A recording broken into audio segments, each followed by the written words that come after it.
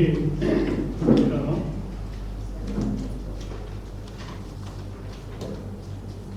మాట్లాడే విషయం కానీ మాట్లాడే కొత్త విషయాలు పెద్దగా అవసరం లేదనుకుంటున్నాను. నేను ఎమ్మెల్యే ఉద్యమాలు షెడ్యూల్ నుంచి వచ్చేవాడిని. విద్యార్థుల ఉద్యమాలు, విధాన ఉద్యమాలు, కూలీ పోరాటాలు, గుడిసెల పోరాటాల్లో, శాంతియుత ఉద్యమాల్లో, హక్కుల ఉద్యమాల్లో, సాహిత్య ఉద్యమాల్లో అన్నింటిలోనూ ఏదో ఒక పాత్ర వహించిన వాడిని. ఆ మేరకి చాలా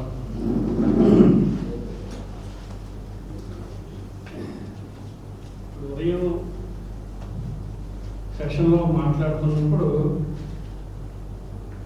పెట్టుబడిదారి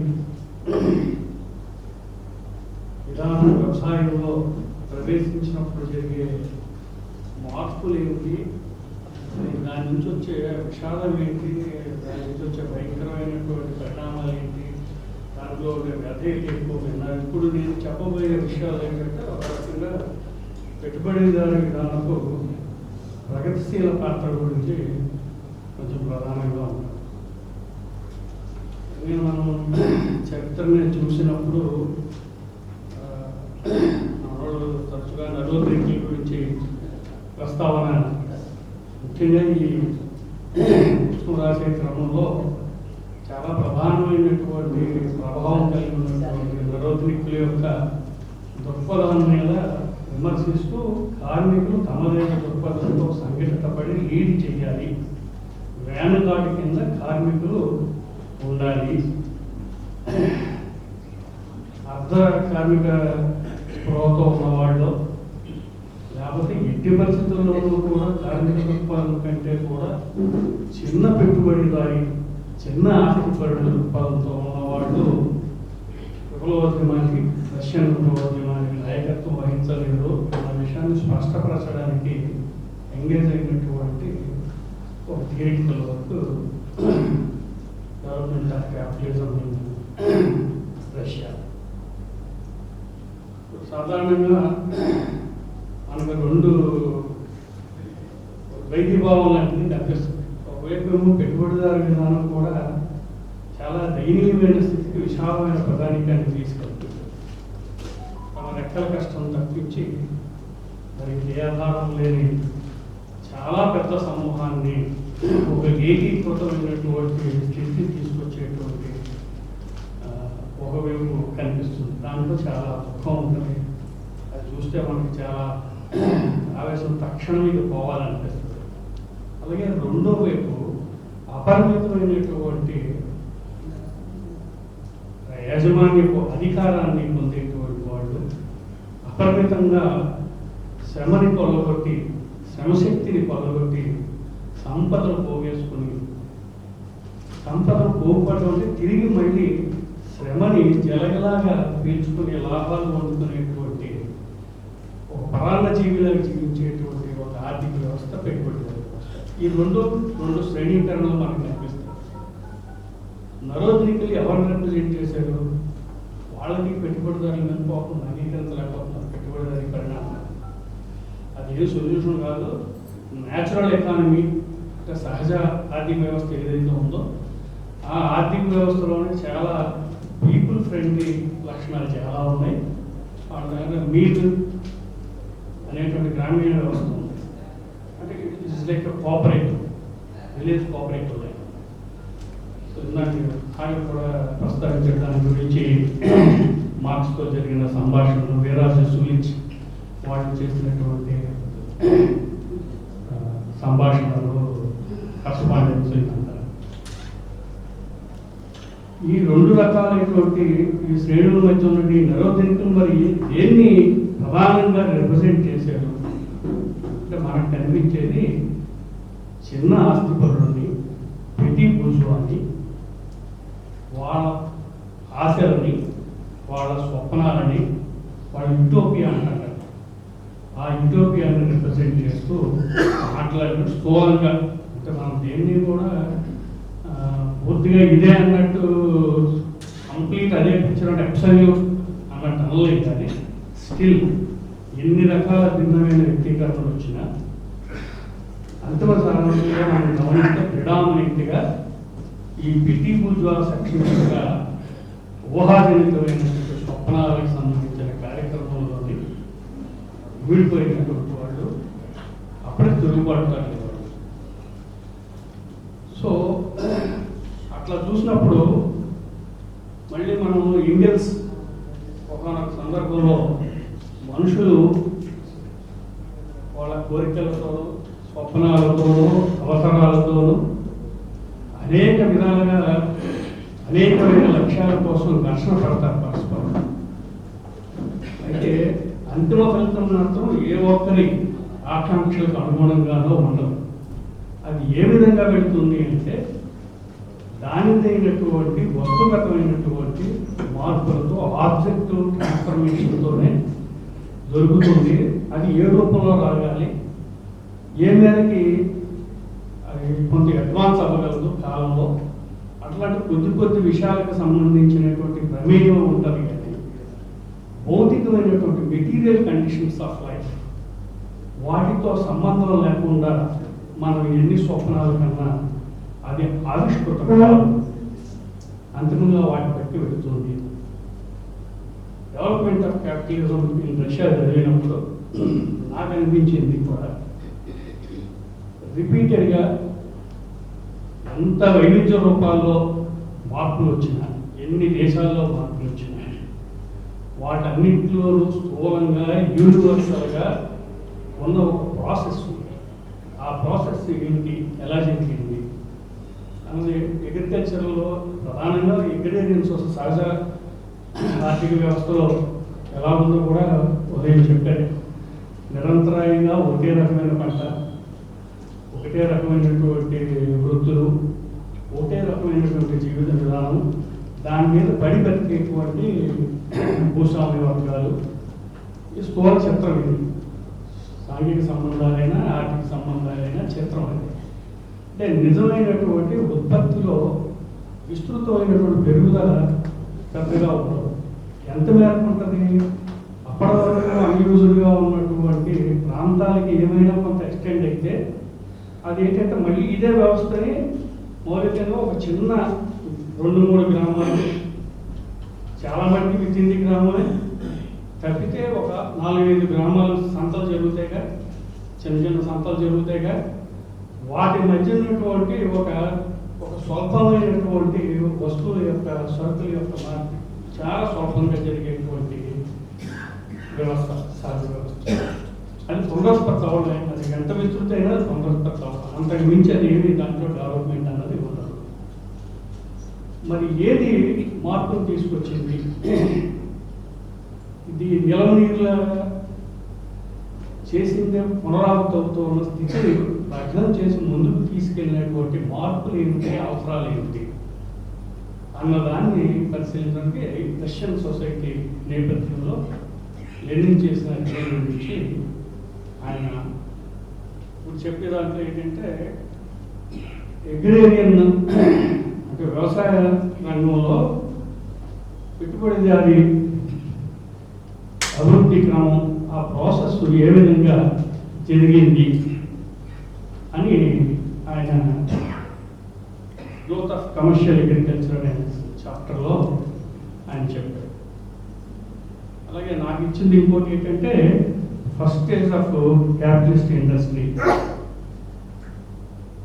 ఎట్లాగా ఎవాల్వ్ అయ్యింది అంటే మనం కొన్ని ఆబ్జెక్టివ్ సూత్రాల ప్రకారమే వస్తుగతంగానే సమాజంలో ఉత్పత్తి శక్తుల్లో క్రమేణా వచ్చేటువంటి అభివృద్ధి, అప్పటికి వాటిని అభివృద్ధిని ఆ మేరకైనా సాధ్యం చేసినటువంటి సంబంధానికి మధ్య ఉండే ఘర్షణల నుంచి అది ఎక్కడో సందర్భంలో ఒక గంతు వేస్తుంది, ముందుకు వెళ్తుంది, గ్రాడ్యువల్గానైనా మార్పులు తీసుకొస్తుంది.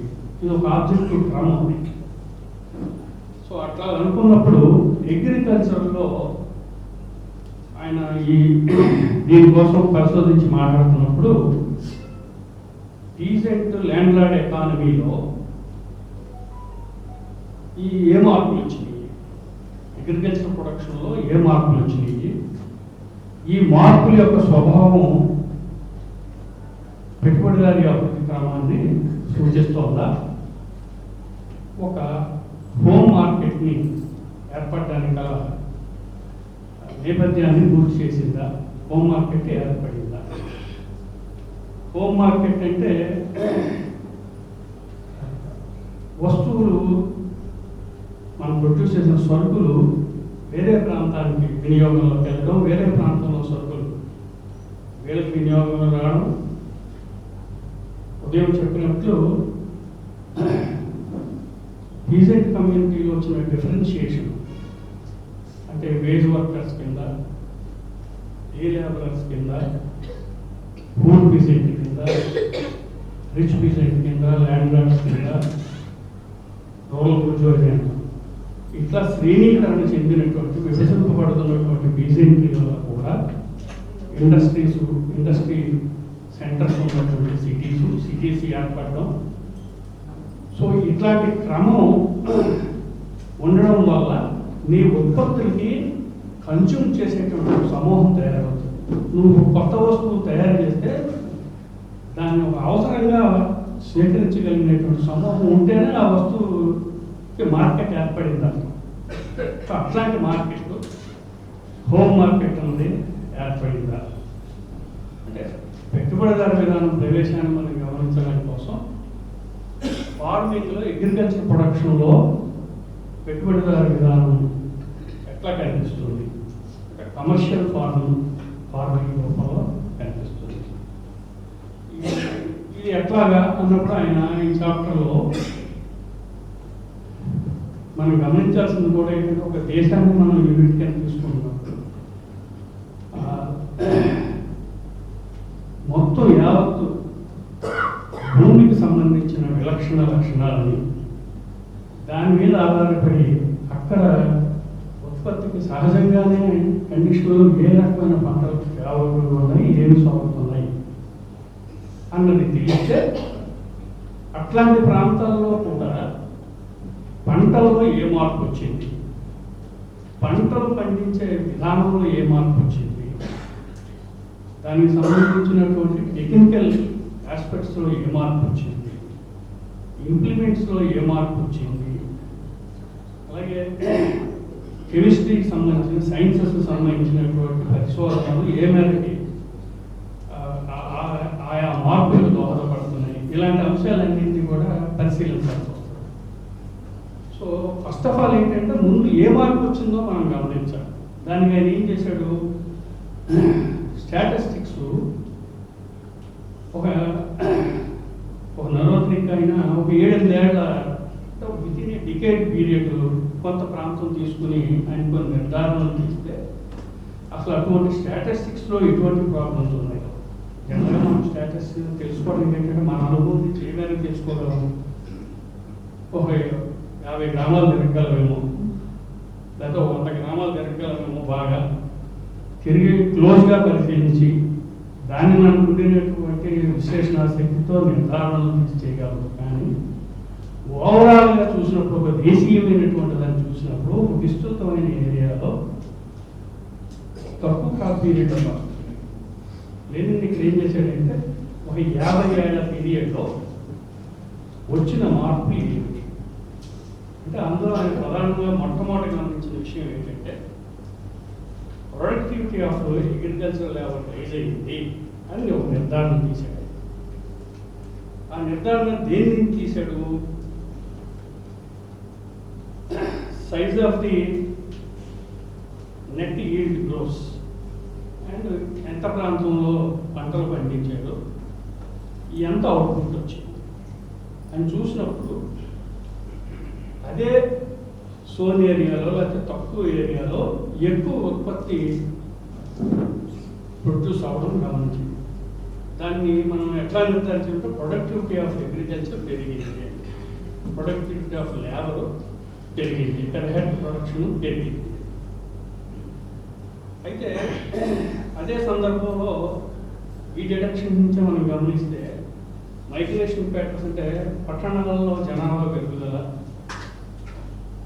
ఇట్లాంటి అంశాలు పరిశీలించి పట్టణాలకు వస్తున్న జనాభా ఎవరు, ఎక్కడి నుంచి వస్తున్నారు, ఇండస్ట్రీకి వచ్చినటువంటి జనం ఎవరు, అసలు కూడా పీజెంట్స్ నుంచి వచ్చిన వాళ్ళే కదా. సో ఈ జనాభాకి సంబంధించినటువంటి ఈ వేరియేషన్స్ని గమనించినప్పుడు గ్రాడ్యువల్గా మామూలు అగ్రికల్చరల్ యూజెడ్ దీని నుంచి ఇతరమైనటువంటి వృత్తుల్లోకి, ఇండస్ట్రియల్ జోన్స్లోకి, అలాగే కమర్షియల్ ఫార్మింగ్లోకి ఈ మార్పు వెళ్ళడం అన్నది, లేబర్ మైగ్రేషన్ అనేది జరుగుతుంది అని ఒక నిర్ధారణ తీశాడు. అలాగే ప్రధానంగా దేంట్లోంచి తీశాడు ఆయన, ఇవన్నీ వివరంగా పుస్తకం నుంచి నేను ఎందుకు మాట్లాడుతున్నానంటే, మీ ప్రాంతాల్లో ప్రధానమైన సాగర్ దాదాపు 112 విలేజెస్ 2 జిల్లాల్లో తిరిగి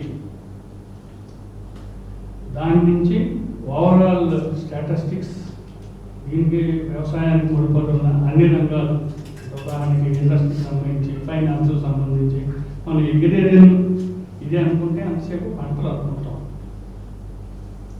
ఆ డివిజన్లోకి స్టాటిస్టిక్ తీసినప్పుడు పంటలే కాదు, ఫిషరీస్ లాంటివి, చేపలు సంబంధించినవి కానీ, మైనింగ్ కానీ, ఇవన్నీ ఒక దాంట్లోనే వచ్చాయి. తర్వాత వాటిలో డివిజన్ కూడా వచ్చింది అనుకోండి. అంటే మనం పరిశీలించేటప్పుడు ఎంత ఎరుకతో ఉండాలి, వస్తున్న చేంజెస్ని ఏ మేరకి స్టాటిస్టిక్స్ పట్టుకుంటున్నాయి, అది తెలియాలంటే నువ్వు ఫీల్డ్ విజిట్ చేస్తేనే కానీ దాంట్లో ఉన్న అసమర్థత అది ఏ విధంగా అసమర్థం అన్నది అర్థం. అంటే అట్లాంటివి చాలా మందికి అవాయిడ్ చేయడానికి అట్లాంటి పరిశీలనల్ని దృష్టిలో పెట్టుకొని స్టాటిస్టిక్స్ చెప్పేదానికి దానికి ఉండే తేడాన్ని గుర్తుపెట్టుకొని ఆ రకమైనటువంటి డిడక్షన్స్ దాని నుంచే ఎట్లా తీయొచ్చో అట్లాంటి పద్ధతులు అవలంబించట్లేదు ఆయన. ఉదాహరణకి పొటాటో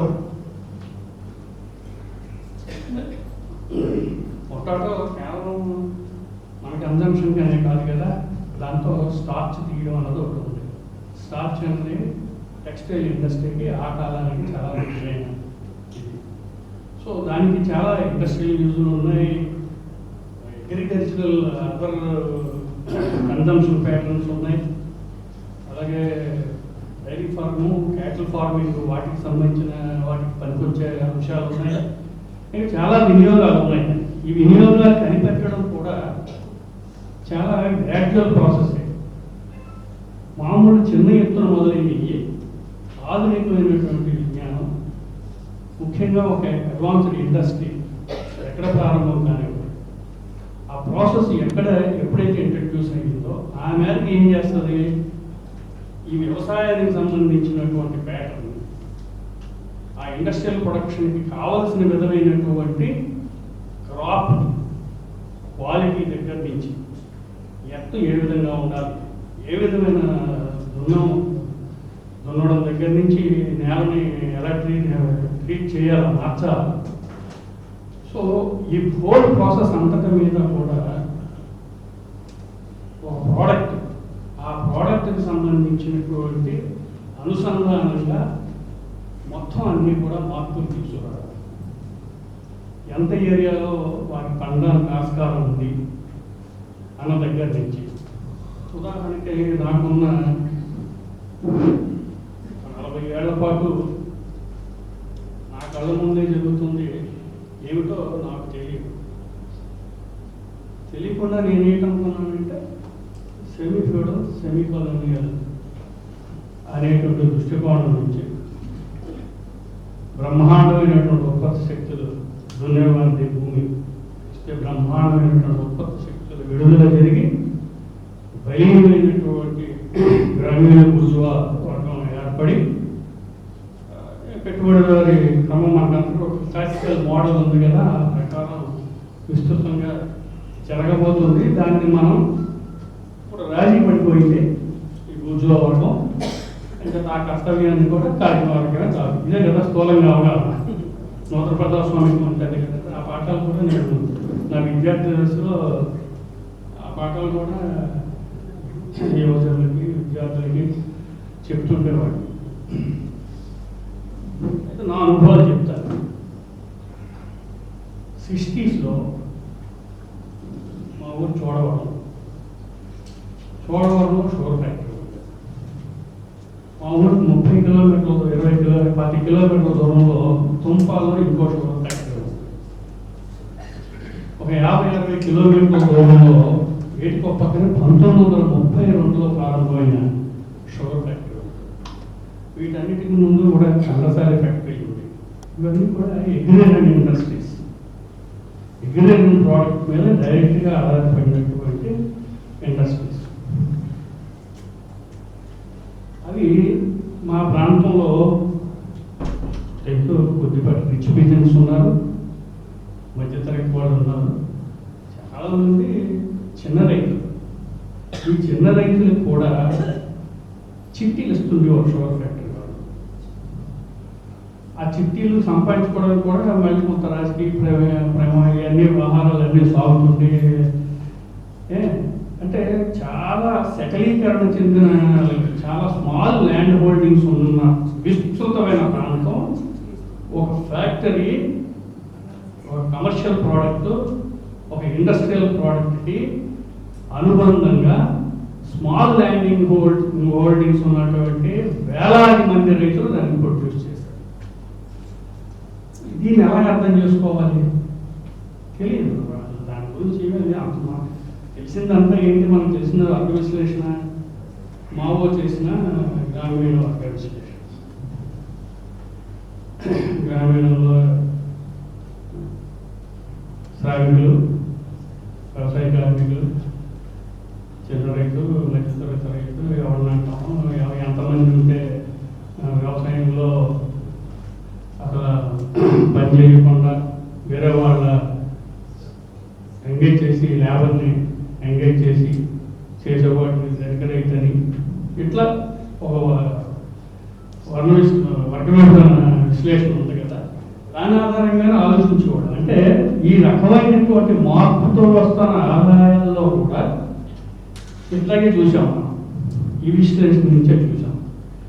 కానీ ఇదంతా కూడా ఒక ఇండస్ట్రియల్ డెవలప్మెంట్కి, ఒక క్యాపిటలిస్ట్ ప్రోడక్ట్కి అనుగుణంగా వ్యవసాయంలో ప్రవేశపెట్టబడినటువంటి కమర్షియల్ ఫార్మింగ్ ఇది అని ఇట్లా మనం గుర్తించడం అన్నది నాకు తెలిసి నేను అక్కడ గమనించాలి. ఉదాహరణగా అదే ప్రాంతంలో మా చిన్నతనం నుంచి కూడా బెల్లం మార్కెట్, మీకు అనకాపల్లి బెల్లం మార్కెట్ అని మీకు తెలుసు. ఉత్తరప్రదేశ్లో Muzaffar Nagar biggest jaggery market, తర్వాత అనకాపల్లి బిగ్గెస్ట్ జాగరీ మార్కెట్. ఈ జాగరీ మార్కెట్ ఏంటి, వాళ్ళంతా కూడా వ్యాపార పెట్టుబడి. వాళ్ళు వేలాది మంది రైతుల నుంచి ఈ షుగర్ ఫ్యాక్టరీకి తరలించిన అందరికీ కఠినాలు ఉండవు. చాలా మట్టికి దీనికి పూర్తిగా కూడా ఎవరు పండించిందంటే, సో చాలా మట్టికి షుగర్ లేక ముందు నుంచి కూడా బెల్లం ఉత్పత్తికి సంబంధించి చాలా వినియోగాలు ఉన్నాయి. కాలానుగుణంగా వచ్చిన మార్పుల నుంచి చరిత్ర కూడా కొత్త యూసేజ్ కూడా కనిపెట్టింది. వచ్చిన మార్పుల అనుసారంగా అదే వస్తువు, అదే ఇన్స్ట్రుమెంట్ ఆఫ్ ప్రొడక్ట్స్ను కొత్త యూసేజ్ కూడా కనిపెట్టింది. చారిత్రకంగా వచ్చిన మార్పుల్లో అట్లాగే ఎలాంటి ఓల్డ్ యూసేజెస్ ఉన్నాయి, ట్రెడిషనల్ యూసేజెస్ ఉన్నాయి. ఆర్థికపరమైన యథాతథంగా బెల్లం యొక్క వాడకానికి సంబంధించి ఉన్నాయి. చాలా స్ట్రెయిన్గా ఉంటుంది. విశాఖపట్నం పోర్ట్ నుంచి, చుట్టుపక్కల పోర్టుల నుంచి బెల్లం ఎక్స్పోర్ట్ అయ్యేది 19th సెంచరీ. ఇవన్నీ ఎట్లా తెలుస్తాయి? ఒక విద్యార్థి లేదా ఒక పార్టీకి సంబంధించిన ఒక కార్యకర్తకి, ఒక పరిమితమైన అనుభవం ఉన్నవాడికి వాడి అనుభవంలోకి వస్తున్న విషయాన్ని ఎక్స్ప్లెయిన్ చేసేటువంటి ఒక థియరిటికల్ ఫ్రేమ్వర్క్ ఒక చిత్రాన్ని ఇస్తుంది. సమాజంలో ఉండే అసమానతలు, అసమానతల్లోంచి ఉండే ఒక వర్గ ఘర్షణలు, ఒక మానవీయమైనటువంటి ఒక విలువ, ఇందులో అన్యాయానికి, దుర్మార్గానికి, దోపిడికి లోనవ్వకుండా ఉండేటువంటి ఒక సమానమైనటువంటి స్థితి ఉండాలనేటువంటి ఒక మానవీయమైనటువంటి స్వప్నం. అదే మనం ఆ మేరకి ఇచ్చిన చిత్రంలో చాలా ఆలోచించడం అంటే మనం 40 ఏళ్ళు నాకు అదే అయ్యింది. స్మాల్ ల్యాండ్ హోల్డింగ్ ఫార్మింగ్ గురించి దాని స్వభావాన్ని, దానికి ఉండేటువంటి క్యాపిటలిస్ట్ స్వభావాన్ని ఫ్రాన్స్లో స్మాల్ ల్యాండింగ్ మోడల్ నుంచి డిబేట్లు జరిగినాయి. 70s చాలా డిబేట్స్ జరిగినాయి. ఆ డిబేట్స్ కూడా చాలా మటుకి మన విప్లవ శ్రేణులకి అందలేదు.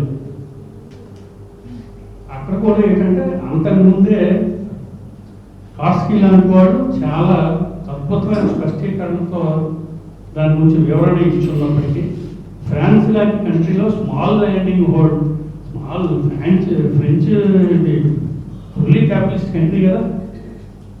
ఫస్ట్ ఫ్రెంచ్ రెవల్యూషన్ నుంచి ఆవిర్భవించిన సమాజం కదా.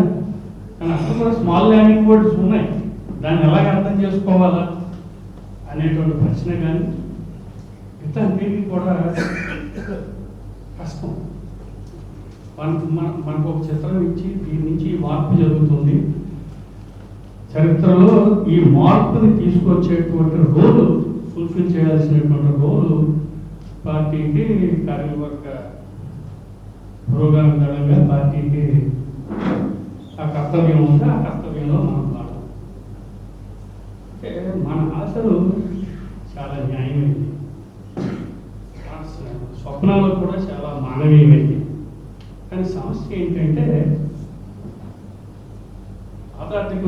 భౌతికమైనటువంటి మెటీరియల్ కండిషన్స్ ఏవైతే ఉన్నాయో వాటిని మీరి మనం చేయగలిగేది పెద్దగా లేదు.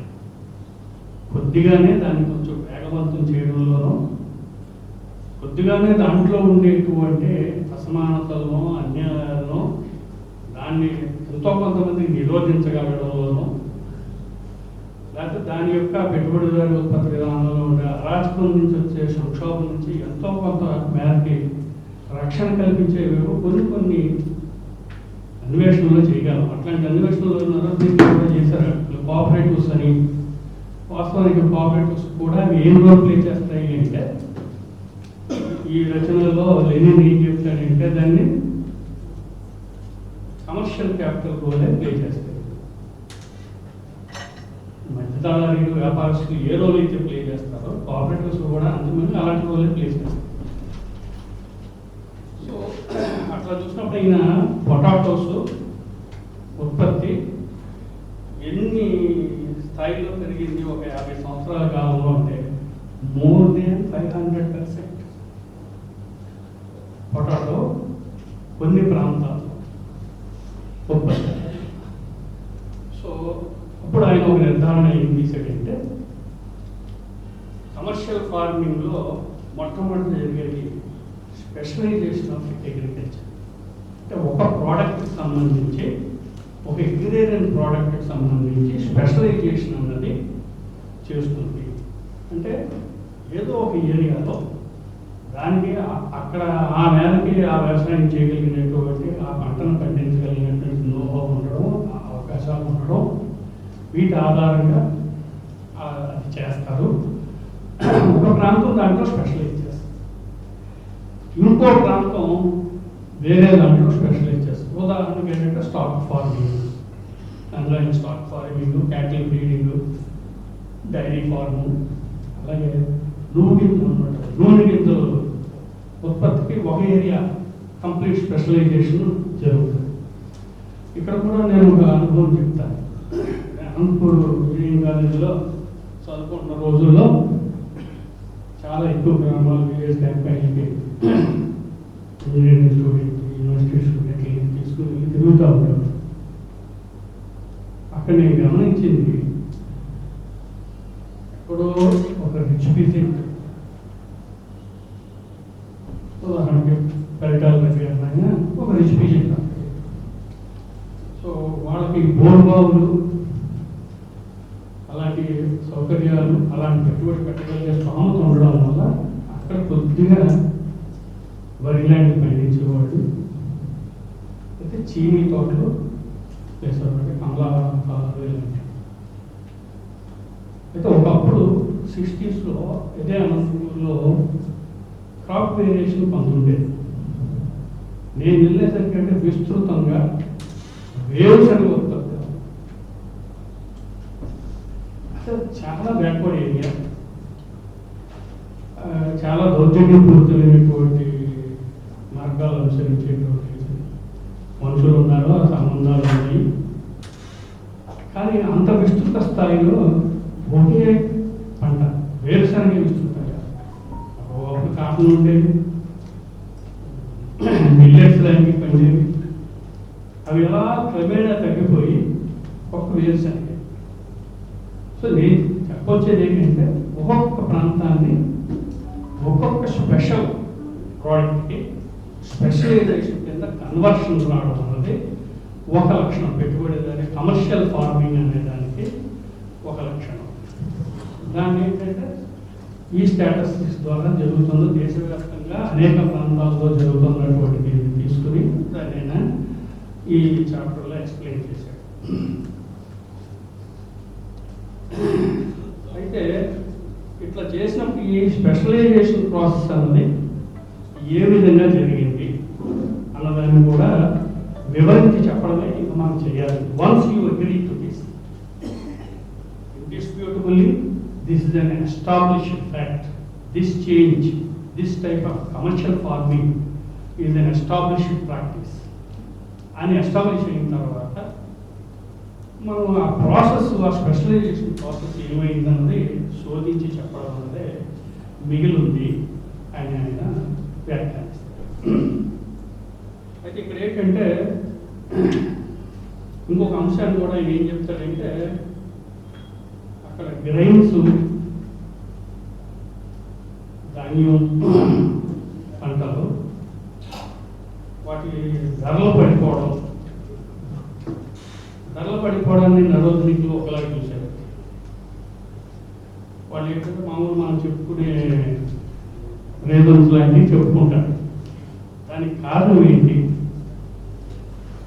అంటే వ్యవసాయం చేసే పద్ధతుల్లో వచ్చిన మార్పు. 3 ఫీల్డ్ థియరీ అని మీరు ఉంటారు. న్యాచురల్ ఎకానమీలో ప్రతి క్షేత్రాన్ని ఎంత స్థలంలోని అంత 3 భాగాల కింద విభజించి ఒక భాగంలో ప్రధాన పంట, ఒక భాగంలో అంతర పంట, ఒక భాగాన్ని పడావుగా ఉంటాం. అంటే రిప్లినిష్మెంట్ ఆఫ్ లవణాలు, న్యూట్రియంట్స్ ఉంటాయి కదా సాయిల్లో, అవి రిప్లినిష్ అవడానికి ఏంటంటే వాటిని పడావుగా వదిలేయడం. ఇప్పుడు గిరిజనులు చేసేవారు కదా, కోట వ్యవసాయం చేస్తారు, కాలేజీ వదిలేసి మళ్ళీ అక్కడ చేసుకుంటూ షిఫ్ట్ అయిపోతారు. Shifting agriculture. అయితే ఇక్కడ ఏంటంటే గ్రామీణ ఉత్పత్తి స్థిరపడింది కాబట్టి 3 పంటల విధానం. ఎంచేత అంటే మట్టిలోని సారాన్ని నిలుపుకోవడం కోసం వాళ్ళకి తెలిసినటువంటి మార్గం ఇది. ఇంటెన్సివ్ అగ్రికల్చర్ అన్నది అనుభవంలోకి రానప్పుడు జరిగే ఉత్పత్తి పద్ధతి. ఇది 5 ఫీల్డ్ క్రాప్స్, 7 ఫీల్డ్ క్రాప్స్ కింద విభజించుకుని వ్యవసాయాన్ని అంటే మన పదాల్లో వదిలేకుండా వేరే రకమైనటువంటి క్రాప్ని అక్కడ వేస్తే అది వేరే రకమైన న్యూట్రియంట్స్ని తీసుకుంటుంది. న్యూట్రియంట్స్ కొన్ని రకాలని డిప్రిషియేట్ అవుతాయి, కానీ కొన్ని రకాలని ఉంటాయి న్యూట్రియంట్స్. అట్లాంటి న్యూట్రియంట్స్ మాత్రమే అవసరమై పెరిగే మొక్కలు ఆ పంటని ఈ పద్ధతిని అనుసరించడం వల్ల ఎప్పుడైతే స్టాండర్డ్ 3 ఫీల్డ్ దాన్ని బ్రేక్ చేసి 5 ఫీల్డ్ 7 ఫీల్డ్ ఇలాంటి పద్ధతులు అనుసరించడం, అవి వ్యవసాయానికి సంబంధించినటువంటి క్యాటిల్లో తీసుకొచ్చే మార్పు. దాని మోటార్ పవర్ ఉండాలి కదా, సో దానికి తీసుకొచ్చినటువంటి మార్పు. ఇక విత్తనాల ప్రొడక్షన్లో వచ్చిన మార్పు అదొక రంగం. వాస్తవానికి అంటే ఎక్స్క్లూజివ్గా క్వాలిటీ విత్తనాలు ప్రొడ్యూస్ చేయడం అనే డిమాండ్ ఎక్కడి నుంచి వస్తుంది? మార్కెట్ నుంచి వస్తుంది.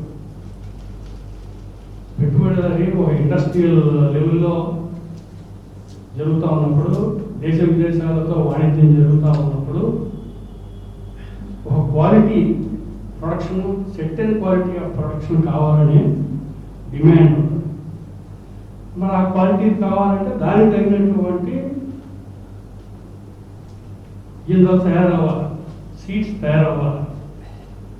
సో ఆ సీడ్కి సంబంధించినటువంటి నాలెడ్జ్, సీడ్ డెవలప్ చేయాల్సినటువంటి పద్ధతులు ఇవన్నీ కూడా డెవలప్ అవ్వడం వల్ల ఫీల్డ్స్ డెవలప్ అవ్వడం వల్ల, తర్వాత crops, different crops root crops అని ఇంట్రడ్యూస్ అయ్యేవి.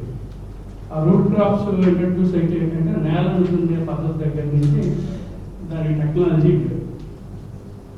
సో ఆ ఇంప్రూవ్మెంట్, ఆనాటికి సంబంధించిన ఇంప్రూవ్మెంట్. సరే మీకు తెలుసు other implements, fertilisers, other nutrients. మరి ఫెర్టిలైజర్స్ ఎక్కడి నుంచి వస్తాయి? ఇండస్ట్రియల్ సెక్టర్ నుంచి రావాలి. అంటే ఇండస్ట్రియల్ ప్రోడక్ట్స్ ఉపయోగించి వ్యవసాయం చేయగలగాలి. ఆ ప్రోడక్ట్స్ వీటికి అవసరం. వీటి ప్రోడక్ట్ ఇండస్ట్రియల్ సెక్టర్లో పనిచేసేటువంటి లేబర్కి, వివిధ వర్గాలకి, వివిధ శ్రేణుల ప్రజలకి అవసరాలు తీర్చేదానికి కావాలి. అంతకు మించి విదేశీ మార్కెట్కి కూడా కావాలి. రష్యాలో గ్రెయిన్ ప్రైసెస్ పడిపోవడానికి సెంట్రల్ రష్యా గుబెర్నియాస్ ఉన్నాయి. అక్కడ డెవలప్ అయిన హోమ్ మార్కెట్, అంటే అక్కడ ఇండస్ట్రీ క్లస్టర్స్ డెవలప్ అయింది. డెవలప్ అవడం వల్ల అక్కడ home market for this agrarian product had. అలాగే ఎక్స్టెండ్ అయ్యింది గ్రైన్ ఫార్మింగ్ ఎక్స్టెండ్ అవడం వల్ల కూడా ఆ సెంట్రల్ ఏరియాకి దాని అవసరం పెరిగింది కాబట్టి ఉత్పత్తి పెరగడం. అలాగే విదేశాల నుంచి వచ్చే చాలా చవకగా దొరికేటువంటి గ్రైన్స్ ఇంపోర్ట్స్ కూడా గ్రైన్ ప్రైస్ పడిపోవడానికి కారణం. ఇప్పుడు భూస్వాముడు ఏం చేస్తాడు? గ్రైన్ పండించుకుంటూ ఉంటాడా? నేచురల్ ఎకానమీ అయితే ఈ రకమైన క్రైసిస్కి పెద్ద ఇది ఉండదు, పెద్ద ఎక్కువ ఉత్పత్తి ఉండదు. వాడి జీవితం కూడా పెద్దగా ఏమీ తేడా కనిపించదు. ఇంచుమించు పట్టాల దగ్గర నుంచి అన్ని ఇంచుమించు మనుషులందరూ ఒకలాగే కనిపించేవారు గ్రామంలో. ఏదో కొద్దిపాటి తేడా. ఫుడ్ బాస్కెట్ కూడా అంత పెద్ద తేడా. మరి డైనింగ్ ఉండేవారు మధ్యతరగతి స్థాయిలోనే ఉండే అట్లాగే ఉంది. ఫుడ్ వెరైటీ వాళ్ళు స్వీకరించే జనవరి ఫుడ్లో కూడా మరీ గొప్ప చేంజెస్ ఏమి ఉండేవి కావు. నేచురల్ ఎకానమీలో ఉండే కనిపించే ఫీచర్. మరి ఏం చేస్తాడు ల్యాండ్ గ్రైన్ ప్రైసెస్ తగ్గిపోయినప్పుడు? సో వేరే లాభదాయకమైనటువంటి, వేరే డిమాండ్ ఉన్నటువంటి పంటని పండించడానికి చేయదు. సో దిస్ ఫీచర్ దాంట్లో వచ్చిన క్రైసిస్ని అధిగమించడం కోసం మార్కెట్లో అవసరం ఏర్పడినటువంటి వేరే ఉత్పత్తి వైపు మారుతారు. ఈ ప్యాటర్న్ కూడా స్టాటిస్టిక్స్లో అయినా ఇటువంటి అవసరం నుంచి కూడా అది జరుగుతుంది. ఈ లక్షణాన్ని మనం కమర్షియల్ ఫార్మింగ్ సంబంధించినటువంటి లక్షణం కింద మనం చూడాలని అని చెప్పి ఆ ఉత్పత్తిలో వచ్చిన మార్పులు ఎంత తక్కువ ఏరియాలో ఎంత దానికి అవి మీట్ అవుతున్నాయని చెప్పాడు. అలాగే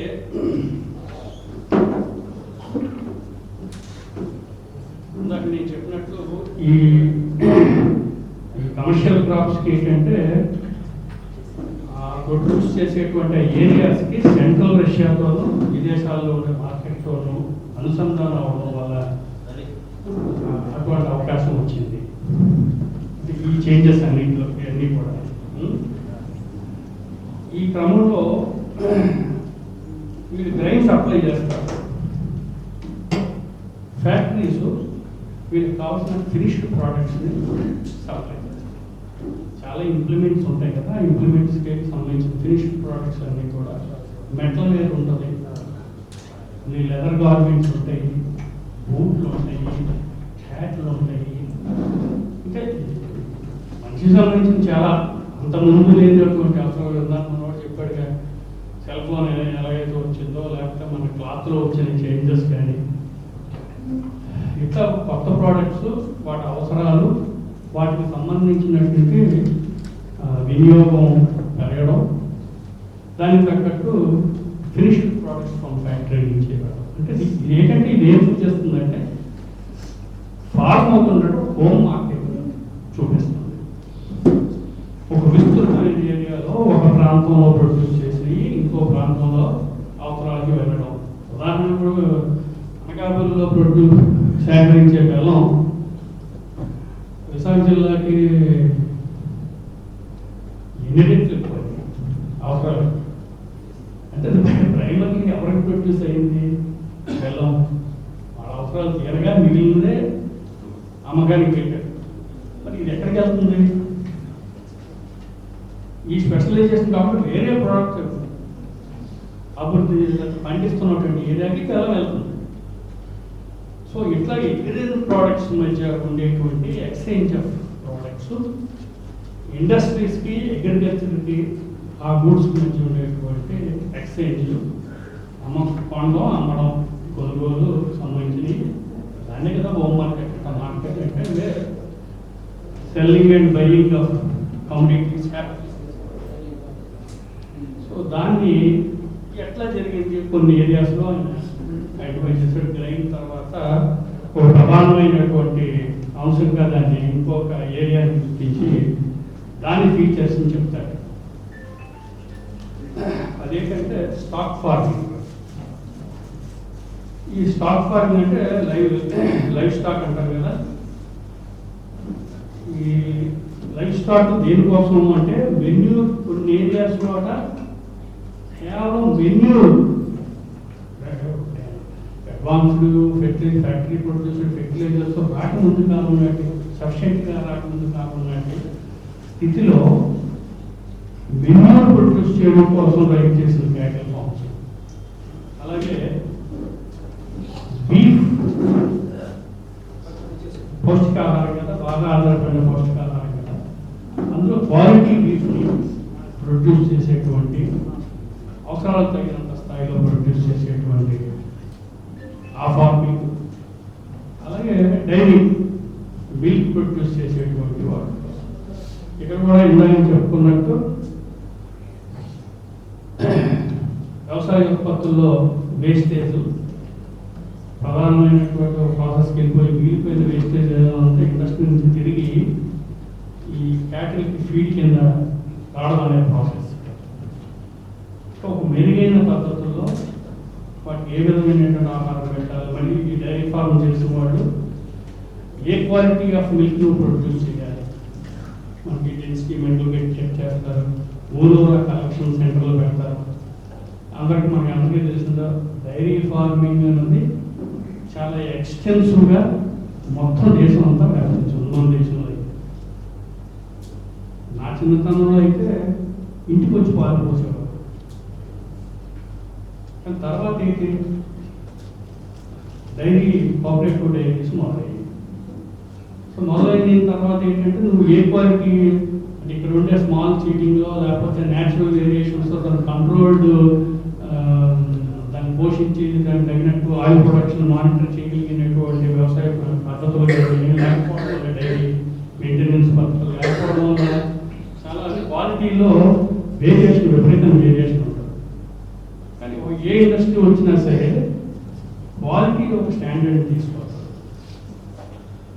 ఈ క్వాలిటీలో స్టాండర్డ్ ఎప్పుడు తీసుకొచ్చింది అంటే ఏ రంగంలో ఏ ఫీల్డ్లోకి వెళ్ళినా సరే క్వాలిటీ అనే అంశాన్ని తీసుకొచ్చిందంటే అర్థం అది ఖచ్చితంగా పై స్థాయిలో ఉన్న వ్యవసాయదారులకి, హ్యూజ్ ల్యాండ్ లార్డ్స్కి, రిచ్ ల్యాండ్ లార్డ్స్కి ఎక్కువ మేలు జరుగుతుంది. వాళ్ళు చేయగలిగినట్టు కింద వాళ్ళు చేయగలరు. స్టిల్ మనం చూస్తాము, మన కోఆపరేటివ్ డైరీ కలెక్షన్ అన్నింటిలో కూడా అది క్వాలిటీ చేయడం, దాని తగ్గ కలెక్షన్కి సంబంధించిన మెకానిజం, దానికి తగ్గటువంటి కమ్యూనికేషన్ నెట్వర్క్, రోడ్స్, దానికి తగ్గటువంటి ట్రాన్స్పోర్ట్ వాహనాలు. సో ఒక అంశంలో జరిగే మార్పు అంటే మిల్క్ అనే ప్రొడక్షన్కి ఒక వేలాది మంది రైతుల్ని ఆ పర్టికులర్ ప్రోడక్ట్కి, దాని ఇండస్ట్రియల్ ప్రాసెసింగ్కి అనుగుణంగా వాళ్ళందరి చేత ప్రొడక్షన్ ఆర్గనైజ్ అయిపోతుంది. సో ఈ ఫీచర్ ఇది తర్వాత ఏం తీసుకొస్తుందంటే నెక్స్ట్ కొంత ముందుకెళ్ళిన తర్వాత ఏ మార్పులు తీసుకొస్తుంది, ప్రొడక్షన్ రిలేషన్స్లో ఏ మార్పులు తీసుకొస్తుంది, ఇది చెప్పగానే మనకు కొంచెం స్థూలంగా అర్థమవుతుంది. సో డైరీ ప్రోడక్ట్స్లో ఇమ్మీడియట్ మార్కెట్ చుట్టుపక్కల అనుకుంటారు. దాన్ని ప్రాసెసింగ్ చేసే క్రమంలో దాని టెక్నాలజీ, టెక్నీషియన్స్, దానికి సంబంధించినటువంటి మన నైపుణ్యం గల శ్రామికులు, నైపుణ్యం కలిగినటువంటి పని యంత్రాలు, నైపుణ్యం కలిగినటువంటి అన్ని విషయాలు ఉనికిలోకి వస్తాయి. అదే ట్రాన్స్పోర్ట్. ఇవన్నీ ముఖ్యంగా దాన్ని శీతలీకరణ కేంద్రాలు అంత టెక్నాలజీ అవాల్వ్ అయ్యిందంటే ఎన్ని అభివృద్ధి చెందినాయి. మనం మాట్లాడుతున్న రిఫార్మ్స్ కేవలం ఎగ్రీరియన్ దాంట్లోనే చూడుకోలేదు. ఎడ్యుకేషన్ సెక్టర్లో కూడా తీసుకొచ్చారు.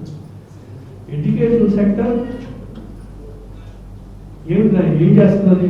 తరచు మేము మాట్లాడుకునే క్రమంలో, తను పల్లెలకి వెళ్తున్న క్రమంలో, రాష్ట్ర క్రమంలో, what is universities, education institutes, what they are కూడా ఇండస్ట్రీయే కాదు. మనం 60లో 70లో 80లో చదువుకున్న వాళ్ళకి ఇండస్ట్రీ అని అనిపించడం. కానీ పెద్ద స్థాయిలో ప్రైవేటీకరణ జరిగిన తర్వాత ఆ ముసుగు లేదు. ఇక ఏదో మనిషి అన్న తర్వాత వాటి జ్ఞానం ఉండాలా, వికాసం ఉండాలా, ఇలాంటి మాట్లాడు. కానీ అది కూడా ఒక అనుబంధ పరిశ్రమ. నైపుణ్యం కలిగినటువంటి మానవ శ్రమని, నైపుణ్యం కలిగినటువంటి శ్రామికుల్ని, ఏదో శ్రామికులు కావచ్చు, సాంకేతికమైనటువంటి నిపుణులు కావచ్చు, సామాజికమైనటువంటి ఆర్గనైజేషన్ కూడా కావాలి. సోషల్ సైన్సెస్ నుంచి మనం అటువంటి వేలో పడాలి. సో ఇవన్నీ తయారు చేసేటువంటి ఒక అనుబంధ పరిస్థితి. అంతేనా ఎడ్యుకేషన్ కూడా రిఫార్మ్స్ అవసరం. It has to be open to larger section of the people. కొత్తగా వస్తున్నటువంటి దాంట్లో పనిచేయడానికి ఎవరుంటాడు? ఆ ప్రాసెస్ని అనేక స్థాయిలో, అనేక స్థాయి జ్ఞానాలతో ఆ ప్రాసెస్ని ఇంట్రడ్యూస్ చేయాలా, ఆర్గనైజ్ చేయాలా, వాటిని మెయింటైన్ చేయాలి. సో అలాగే మార్కెటింగ్ సంబంధించిన సోషల్ సైన్సెస్లో అంటే అన్నీ వస్తాయి. కామర్స్ సంబంధించిన నాలెడ్జ్, కామర్స్ కోర్సులు ఇంట్రడ్యూస్ చేశారంటే కార్పొరేట్ పూర్వం ఎడ్యుకేషన్లో ఏముంది కావు. లాంగ్వేజ్ చెప్పేవాడు, పాత కావ్యాలు చెప్పేవాడు. అక్కడ మీకు ఏంటొచ్చి కామర్స్ వచ్చింది, ఇంకోటి వచ్చింది, ఇంకోటి వచ్చింది. దానికి ఎడ్యుకేషన్ రిఫార్మ్స్ అవసరం. ఇవన్నీ కూడా ఏంటంటే ఒక గొలుసు కట్టు క్రమం. ఈ గొలుసు కట్టు క్రమాన్ని అంతటి కూడా కనిపించేటువంటి అంశం ఏమిటి? క్యాపిటలిస్ట్ విధానం అన్నది అంత సూత్రంగా ఉన్నది. అదేంటంటే ఒక హోమ్ మార్కెట్ని క్రియేట్ చేస్తుంది.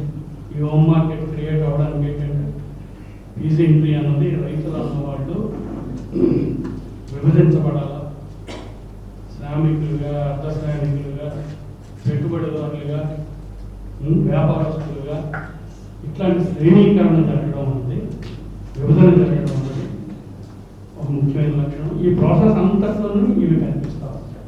అంటే మనం తరచుగా మనం వేసుకున్న ప్రశ్నలకి మనం ఎట్లా చూస్తామన్నదానికి. అలాగే ఈయన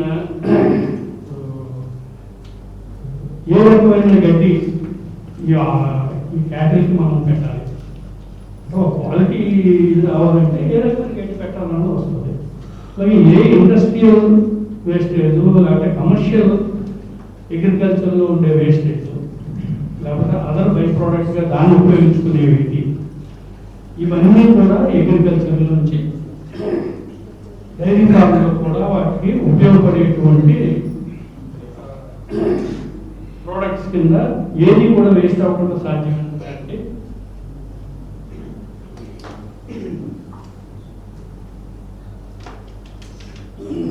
అయ్యే క్రమాన్ని ఇది ఒక సూత్రీకరణ చెప్పేస్తే నీ విశ్వాసంలా కనిపిస్తుంది. అంచేతంటే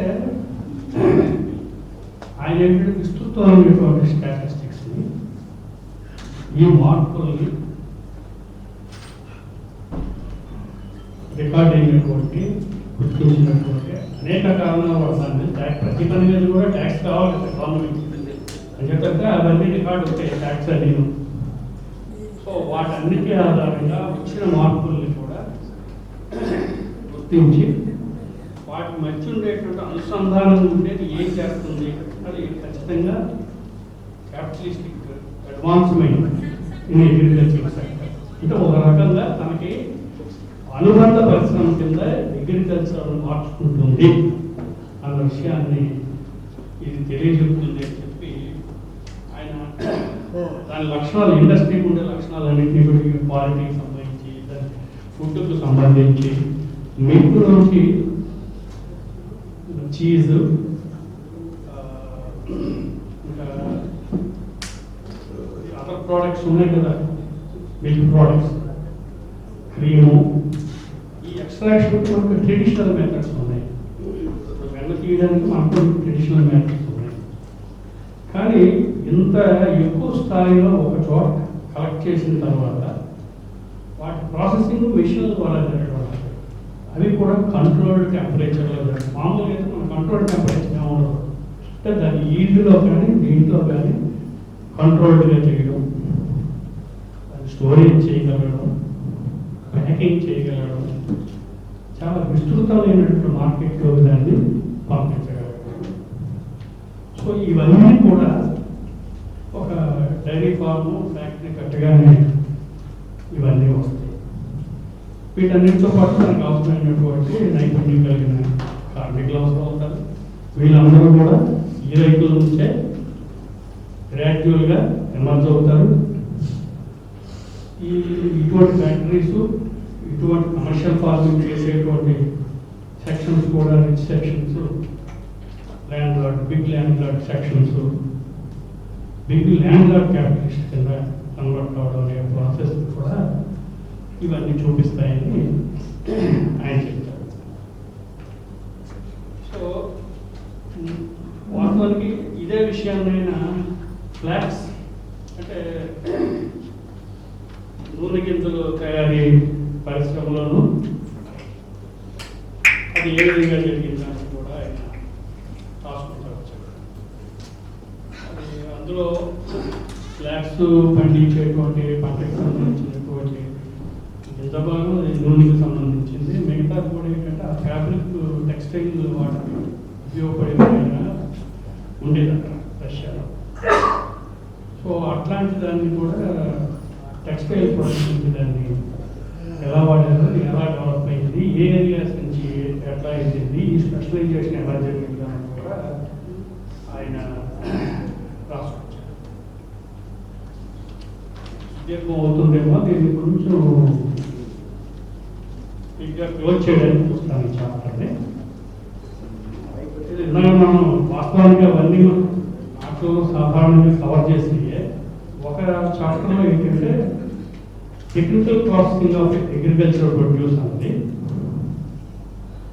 ఈ అగ్రికల్చర్ టెక్నికల్ ట్రేడ్స్ని అది ఏ విధంగా డెవలప్ అయ్యింది, ఇది ఏ మైగ్రేషన్ చూపిస్తుంది, ఈ ఇంటర్లింకేజ్ ఏదైతే ఉందో it is vividly showing conversion of agriculture into a branch of industry of capitalist society అని ఫార్మల్ ఎస్టాబ్లిష్ చేస్తారు. అలాగే వేస్ట్ ప్రోడక్ట్స్ ఉన్నాయని చెప్పుకున్నాం కదా, అది కూడా దీనిలో అనేక విధాలుగా యూజ్లో వెళ్ళగలగడం, దాంట్లో ఉండే పొటెన్షియల్ గూడ్స్ని ఎక్స్ట్రాక్ట్ చేయగలగడం, ఇదంతా కూడా అగ్రికల్చర్ని ఈ branch of industry of capitalist సిస్టమ్కి మార్చడానికి సంబంధించినటువంటి ఫీచర్స్ కిందే ఆయన చెప్పి, ఈ ప్రాసెస్ డిస్టిలింగ్లో అంటే స్వీట్స్ తయారు చేయడం ఉండగా ఏ విధంగా జరిగింది, జనరల్గా grain, rye, wheat, potatoes, sugar beets, flax ఇవన్నీ కూడా డిస్టిలింగ్ చేయడం. సో ఈ డిస్టిలింగ్ ప్రోడక్ట్స్ దీనికి సంబంధించి మళ్ళీ హోమ్ మార్కెట్, విదేశీ మార్కెట్. సో ఈ ప్రాసెస్ అంతా కూడా ఏ రకమైన విస్తృతపరచడం, డివిజన్, కొత్త ఏరియాలోకి వెళ్ళడం. అలాగే వీట్ షుగర్ ప్రొడక్షన్కి అక్కడ వీట్ షుగర్ అనేది ఆ ప్రొడక్షన్లో వచ్చిన మార్పులు, దాంట్లో వచ్చిన టెక్నాలజికల్ మార్పులు ఏమిటి, ఆ మార్పుల కోసం ఎటువంటి మెషిన్స్ అవసరమైనవి, ఏ విధమైనటువంటి సిస్టంలోని న్యాచురల్ మీన్స్ ద్వారా అవ్వని విషయాన్ని ఎఫిషియెంట్గా in a controlled manner, in a continuous manner ఎట్లా చేశారు అంటే ఇక్కడ ఒక అంశం ఏంటంటే నిర్వాహకులు చాలా మందికి ఏంటంటే వింటర్ హాలిడే పీరియడ్ అన్నది క్యాపిటలిజం సాల్వ్ చేయండి అది చేస్తుందంటే వాస్తవానికి facts sustain year long engagement of లేబర్కి ఛాన్సెస్ క్యాపిటలిస్ట్ గ్రోత్లోనే ఉన్నాయి కానీ వాళ్ళు స్వప్నిస్తున్నటువంటి little tinkering changes in natural ఎకానమీలో లేవు అన్నదాన్ని ఎస్టాబ్లిష్ చేస్తుందని ఈ విషయాలన్నీ చెప్తూ నేను చెప్తాను. అలాగే ముఖ్యంగా ఏంటంటే ఒక ముఖ్యమైన అంశాన్ని ఏం చెప్తాడంటే యూజ్ లేబర్ కొన్ని ఏంటంటే root crops farming need develop చేస్తే దానికి ఏంటంటే ఎక్కువ labour intensive labour hiring labour అవసరం. సో హైరింగ్ లేబర్ అవసరం కాబట్టి అట్లాంటి చేంజెస్ అగ్రికల్చర్ ఫార్మింగ్ వస్తే అంత ముందు ఉన్నటువంటి మనం చెప్పే కార్పొరేట్ సిస్టంలో ఉన్నటువంటి లేబర్ సర్వీస్ సిస్టమ్ అంటే ఏంటంటే ఇన్ కైండ్ లేబర్ చేయడం, ఫ్యూ అవర్స్ ల్యాండ్ లార్డ్కి కట్టుబడిపోయిన ల్యాండ్ లార్డ్కి చేయడం అనే సిస్టమ్ ఏదైతే ఉందో పాతది దాన్ని చాలా మటుకు ఎలిమినేట్ చేయడంలో పూర్తిగా తొలగించుకోవడంలో రూట్ క్రాప్స్ ఇంట్రడక్షన్ కూడా చాలా ప్రభావశీలమైనటువంటి పాత్ర వహించిందని ఇంట్రడక్షన్ ఇస్తారు. సో ఇట్లాగే పొటాటో స్టార్చ్ ప్రొడక్షన్ సంబంధించి కానీ ఇవన్నీ కూడా ఆ ఫీల్డ్లో వచ్చిన మార్పులు ఇంచుమించి ఇదే సాధారణ క్రమం. మనం గమనించాల్సింది మన కళ్ళ ముందే చాలా ఇప్పుడు నేను నా చిన్నప్పటి బెల్లం షుగర్ గురించి చెప్పాను. 80లో వచ్చిన మార్పులు ఏం కనిపించాయో నేను చెప్పాను. బాగా వెనుకబడినటువంటి పూర్తిగా రైన్ ఫెడ్ వాతావరణంలో ఉన్నటువంటి అనంతపూర్ జిల్లాలో వచ్చిన మార్పు నా స్వీయ అనుభవాలు వచ్చినాయి. అవి ఎక్కడ కనెక్ట్ అయ్యి అంటే అగ్రికల్చరల్ కమర్షియల్ ఫార్మింగ్ అనేది ఏ విధంగా జరుగుతుంది, ఇండస్ట్రీకి సంబంధించినటువంటి ఒక అనుబంధ పరిశ్రమ కింద క్యాపిటలిస్ట్ ఇండస్ట్రీకి మారిపోయే క్రమంలో ఒక inherent distinctive feature the specialisation అని మనం ఈ రకమైనటువంటి విశ్లేషణ చేయగలిగితేనే, చూడగలిగితేనే, ఆ స్వభావాన్ని అర్థం చేసుకోగలిగితేనే మనం దాన్ని అక్కడ ఇంటర్వెన్షన్ ఎలా ఉండాలి, దాన్ని ఎలా అర్థం చేసుకోవాలి, మనం స్థూలంగా ఏర్పరచుకున్న అభిప్రాయాలకు అనుగుణంగా దాని మీద వ్యాఖ్యానం చేయకుండా అక్కడ నిజంగా జరుగుతున్న మార్పులో అక్కడ వస్తున్నటువంటి శ్రేణీకరణ ఏదైతే ఉందో రైతుల్లోకి వస్తున్న శ్రేణీకరణలోకి వస్తున్నటువంటి మార్పుల్ని ఎక్కడ సంఘటితపరచాలి, దేని మీద గుర్తుపెట్టాలి, మన స్కోప్ ఎంత ఉంది, పరిస్థితులు ఏ మేరకు మనకు అనుకూలంగా ఉన్నాయి, ఏ మేరకు మనం మెరుగే ఫలితాలు సాధించగలని ఒక వాస్తవికమైన అంచనా ఉండడం ద్వారా వాస్తవికమైన అంచనాలకి సమీకరణ శక్తి కూడా ఎక్కువ ఉంటుంది. సాధారణంగా ఏంటంటే మన ఊహలో పెట్టిపోతే మన ఊహకు అనుగుణంగా సమీకరణ సామాన్య జనాలకు సమీకరణ జరగదు. సో ఈ మెరుపు ఉంటే అప్పుడు మనం చేయగలిగేటువంటి మార్పు కానీ పోరాటాల యొక్క స్వభావం కానీ పెట్టుబడిదారి స్వభావానికి ఎరిగి కీలెరిగి వాత పెట్టడం ఉంటుంది కదా, అటువంటి పనులు పోరాట రూపాలు అనుసరించగలుగుతామేమో అనేది ఇట్లాంటి విషయాలు మనం గ్రహిస్తే మాకున్న ఆశ. కమ్యూనిస్ట్ పార్టీలు అన్నీ కూడా ఉమ్మడిగా అర్థం చేసుకోవాల్సింది ఏంటంటే ఈ ప్రాసెస్ మన ఇష్టాలకు వ్యతిరేకంగా జరుగుతూ ఉన్నది. దీన్ని మన సంకల్ప బలంతోనే మనం అనుకున్న విధంగా దీన్ని గుంజుకు వెళ్ళలేము. దీనికి ఒక ఆబ్జెక్టివ్ కండిషన్స్ ఉన్నాయి. What are those conditions? మన ఇంటర్వెన్షన్ ఎంతవరకు ఉండాలి, ఒక వాస్తవిక అంచనా దోహదపడుతుందేమో ఈ రకమైన విశ్లేషణలో, ఈ అండర్స్టాండింగ్లో అని భావిస్తున్నాం. అందుచేత కొంచెం దీని మీద స్టడీ చేయాలని, అలాగే ఇది చాలా ఇంట్రెస్టింగ్ లక్షణంగా వెజిటబుల్ ఫార్మింగ్ సంబంధించి చెప్పారు. అలాగే విస్తృతంగా వాటర్ మిలన్స్ ప్రొడ్యూస్ అయినటువంటి ఒక కాలంలో మిలన్ అంటే ఫస్ట్ మనీ అనేవారు. అంత valuable. Initially well to do people use to take నెలలు అనమాట. విపరీతంగా విపరీతంగా ఎర్లీ బర్డ్ క్యాచెస్తో వర్మ అంటారు కదా, అలాగా విపరీతంగా లాభాలు సంపాదించడం వల్ల అందరూ అన్ని కన్వర్ట్ అవడంతో అవి అమాంతం దాని ప్రైస్ పడిపోయింది. ప్రైస్ పడిపోయిన తర్వాత దాన్ని పొలాలను వదిలేశారు. ఇమీడియట్గా గ్రామాల్లో ఉన్న క్యాటిల్ ఫీడ్ కింద పెట్టేయడం మొదలెట్టారు. అంటే అనార్కీ ఇన్ క్యాపిటలిస్ట్ ప్రొడక్షన్లో ఉండేటువంటి ఒక లక్షణం. సో దాన్ని వాళ్ళు అధిగమించడానికి ఏం చేశారు, ఈ మిల్క్ ప్రొడ్యూసర్స్ వాళ్ళే అది ఇంట్రడ్యూస్ అవ్వనటువంటి ఏరియాల్లోకి దీన్ని ఎక్స్టెండ్ చేశారు. రెండోది ఏం చేశారు, అంతవరకు కూడా కొంచెం ఖరీదైన మనుషులు అలవాటు కింద ఉన్నదాన్ని సామాన్య ప్రధాని అందరూ యూజ్ చేసుకునేటువంటి అలవాటు కింద దాన్ని కరెక్ట్ మార్కెట్ క్రియేట్ చేసుకున్నారని చెప్తారు. ఈ ప్రాసెస్ మనకు తెలుసు.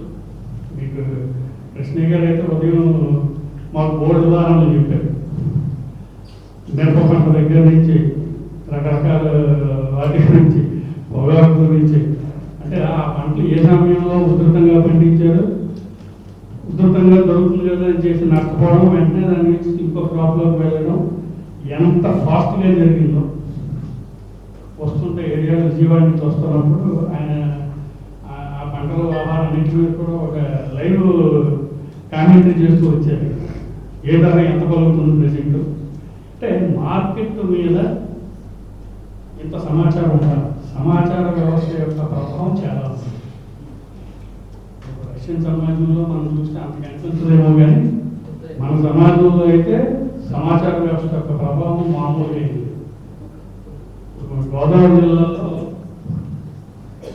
బ్రహ్మాండంగా వరిపడిన ప్రాంతాలు ఆక్వాకల్చర్ డెవలప్ అయింది.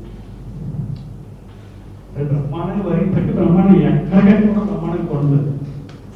కానీ వరి పంటకి నువ్వు ఎంఎస్పీ ఇస్తేనే కానీ అమ్ముకోలేదు. Minimum support price government buttress చేయాలి. దాని యాక్చువల్ ప్రొడక్షన్ విలువ కంటే కూడా రాబడి వచ్చేదని చేయాలి, బికాస్ ఆఫ్ మార్కెట్ సిచ్యువేషన్.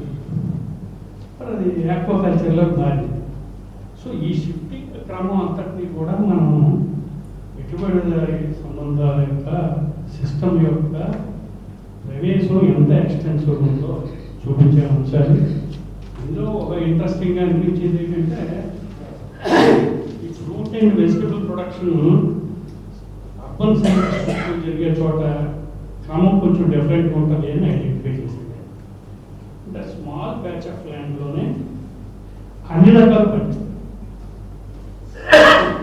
వాటి దానికోసం ఆ చిన్న రైతు దానికోసం అనుసరించాల్సిన పరమ జుగుప్సాకరమైన పద్ధతులు కూడా, మనం ఆమోదించలేని పద్ధతుల్లో కూడా రకరకాల మార్గాల్లో వాడు ఉన్న ప్రాంతంలో స్థలం అతికేయడం దగ్గర నుంచి, ఇళ్ళు అతికేయడం దగ్గర నుంచి,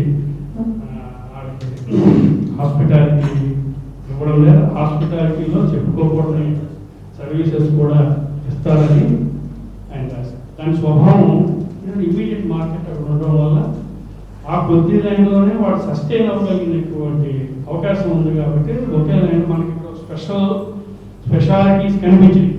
కానీ అర్బన్ సెంటర్ పక్కనే ఉన్న వెజిటబుల్ మార్కెట్లో స్పెషాలిటీ కాదు, ఇమీడియట్ అర్బన్ నీడ్కి తగినట్టుగా ఒక స్మాల్ ప్యాచ్ ఆఫ్ ల్యాండ్లో ఇమీడియట్గా నువ్వు మాట్లాడిన మెట్రో మీడియేటర్ వ్యవహారం ఇదంతా కూడా తగ్గుద్ది కదా. So he can go for that.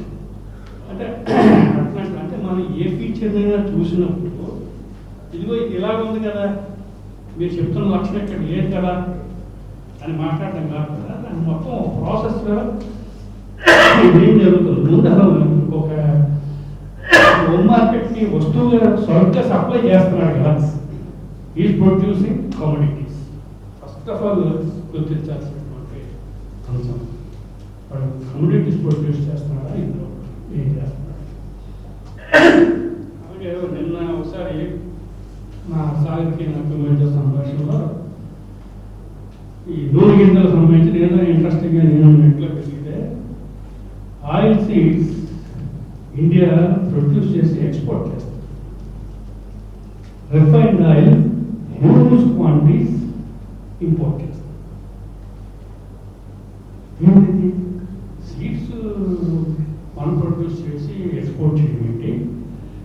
Oil దిగుమతి చేసుకోండి. That is cheaper. అక్కడ ప్రొడక్షన్ అక్కడి నుంచి పొందించుకోవడం అంటే చాలా cheap if you produce here. ఏదైనా సమయం వస్తే ఇప్పుడు ట్రంప్ సొంతలు వేస్తారేమో అది వేరే విషయం. రక్షణాత్మకంగా ఇక్కడ వాళ్ళకి ఏదో చేయాలనుకుంటే ఇక్కడ వాళ్ళకి ఇక్కడ మానవశ్రమం మీద ఇక్కడ మానవశ్రమం ఎక్స్ప్లోయిట్ చేసేటువంటి రిజర్వేషన్ మా వాళ్ళకే ఉండాలి. సొంతాలంటే అది ఎక్స్ప్లోయిటేషన్ మా వాళ్ళు మేమే చేసుకోవాలి. సొంతం అంటే అది. సో అట్లాంటి ప్రాసెస్ ఇవన్నీ కూడా చాలా ఉన్నాయి. బహుశా మీరు నేను మాట్లాడిన కొద్ది మాటల నుంచి మీకు ఇంట్రెస్ట్ జనరేట్ అయ్యి ఉంటుందని నేను అనుకుంటున్నాను. నేను చాలా ఇంపార్టెంట్ చాప్టర్. దాన్ని మనం స్వయంగా మీరు మీ అనుభవం నుంచి చదువుకుంటే నాకు చాలా 40-50 ఏళ్ళుగా నా కళ్ళ ముందే సాగుతున్న ప్రాసెస్ని నేను ఎలాగ అర్థం చేసుకోలేకపోయాను అన్న విషయం ఈ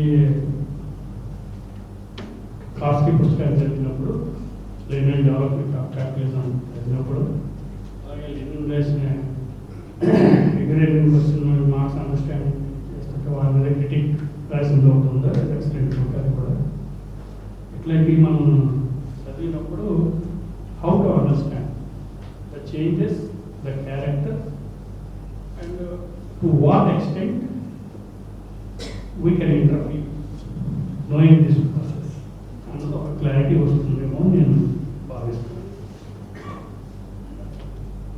బహుశా ఇండస్ట్రీ ఇక్కడితో క్లోజ్ చేసి ఇండస్ట్రీకి సంబంధించింది ఎలాగా అంటే first stage of capitalism industry ఎట్లా ఉంటుంది. డొమెస్టిక్ ఇండస్ట్రీలో ఫస్ట్ వచ్చే చేంజ్ ఏంటంటే ఆర్టిజాన్ క్లాసు డివిజన్ అవడం.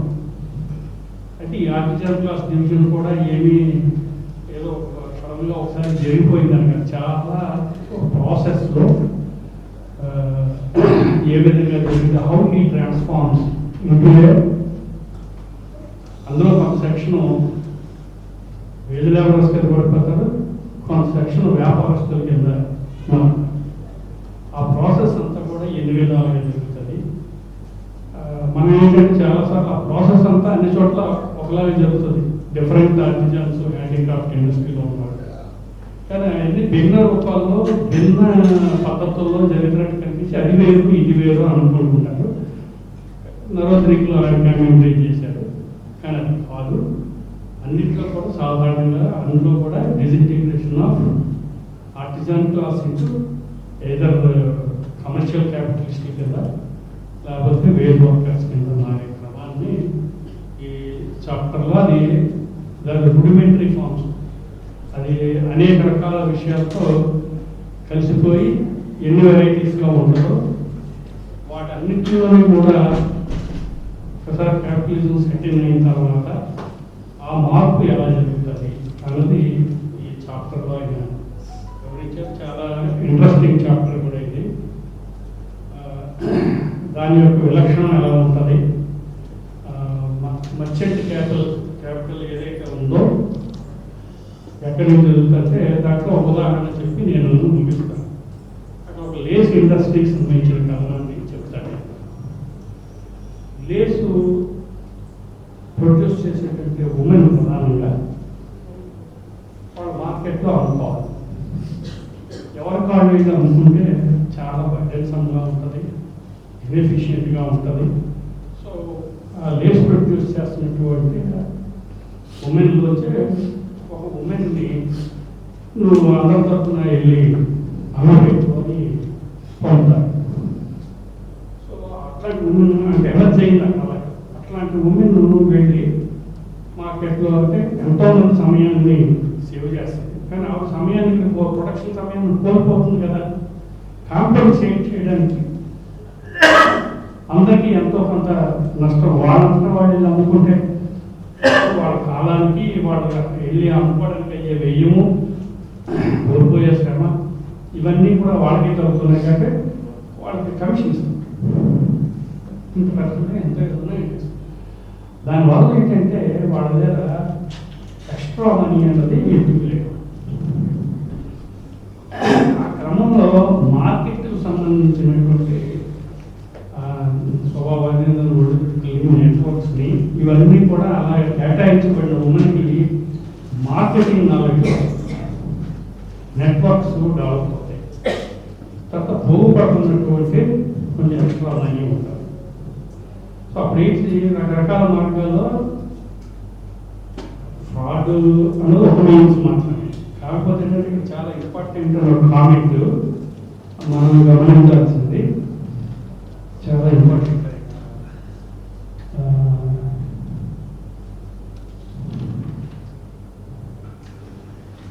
ఎందుకంటే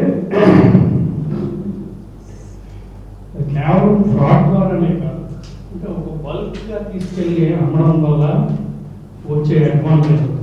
మార్కెట్లో అమ్మాలంటే నువ్వు రిటైల్గా అమ్మితే నీకేమి పెద్దగా కొనరు, వాటిలో ఉండే గ్రేడేషన్ డిఫరెన్సెస్ ఇవన్నీ ఉంటాయి. సో ఇట్లా బల్క్గా అమ్మే వాళ్ళ వచ్చేటువంటి రేట్ అడ్వాంటేజ్ ఉంటుంది. ఆ రేట్ అడ్వాంటేజ్ వల్ల కూడా కొంత ఎక్స్ట్రా మనీ అక్యుములేట్ చేస్తుంది. ఏంటంటే దాని విలువకే ఆ విషయాలు ఆ వస్తువులు అమ్ముకుపోయినప్పటికీ కూడా దాని విలువ వీళ్ళ శ్రమశక్తి సంబంధించిన విలువనే ఇచ్చినప్పటికీ కూడా వాళ్ళకి అదనంగా కొంత సంపద సమకూరే క్రమం ఒకటి గుర్తించాలి అంటాడు. ఇంట్లో ఫ్రాడ్ చీటింగ్ అన్నది ఒక అనివార్యమైన భాగంగా అదొక అంశం కింద ఉంటుంది. కానీ అదే కాదు, ఇట్లా అనేక రకమైనటువంటి అడ్వాంటేజెస్ని తీసుకునే క్రమంలో ఏం చేస్తారు, వీళ్ళు ముడి సరుకులు వీళ్ళు వెళ్ళి లేసి అమ్ముతారు. అక్కడి నుంచి వేరే ప్రోడక్ట్స్ తీసుకొచ్చి వీళ్ళకి ముడి సరుకుని మార్కెట్లోంచి తీసుకొచ్చి ముడి సరుకు అనిపిస్తారు. అలాగే ఈ ముడి సరుకుని ఎప్పుడైతే ఇచ్చారో దాన్ని ఏంటంటే ముడి సరుకుని అడ్వాన్స్గా ఇచ్చినట్టు అవుతుంది. ఆ మేరకు ఏంటంటే వీళ్ళు క్రమేణా ఈ మర్చెంట్ క్యాపిటల్కి గ్రాడ్యువల్గా ఈ డొమెస్టిక్ ప్రోడక్ట్ చేసేవాళ్ళు, డొమెస్టిక్స్ చేసేవాళ్ళు అందరూ కూడా హెయిర్ లేబర్ కింద అయిపోతారు. వాస్తవానికి అలా కనిపించరు, కానీ వాస్తవానికి జరిగేది ఏంటంటే స్లోగా మర్చెంట్ క్యాపిటల్కి వాళ్ళు హెయిర్ లేబర్ కింద మారిపోతారు. ఈ హ్యాండిక్రాఫ్ట్ ఇండస్ట్రీస్లో వాళ్ళందరూ అని ఇట్లాంటి ప్రాసెస్ ఇండస్ట్రీలో కూడా జరుగుతూ వచ్చింది. ఇండస్ట్రీకి అగ్రికల్చర్కి ఒక ప్రధానమైన చేంజ్ ఏంటంటే ఇండస్ట్రీలో division of work is very extensive. విభాగాల ఉత్పత్తి దేనిదాన్ని విడివిడిగా, ప్రాసెసింగ్ కూడా విడివిడిగా జరగడం, అంతిమంగా అసెంబ్లీలో అంతిమైన ప్రాసెసింగ్ కూడా డిఫరెంట్గా జరగడం. అంటే this division of work, division of extensive division of labour, ఇది ఇండస్ట్రీకి సంబంధించినటువంటి లక్షణం. అయితే అగ్రికల్చర్లో క్యాపిటలిజం యొక్క లక్షణం ఏంటి అంటే specialisation of product process, specification process. ఇది చాలా డిస్టింక్టివ్ డిఫరెన్స్.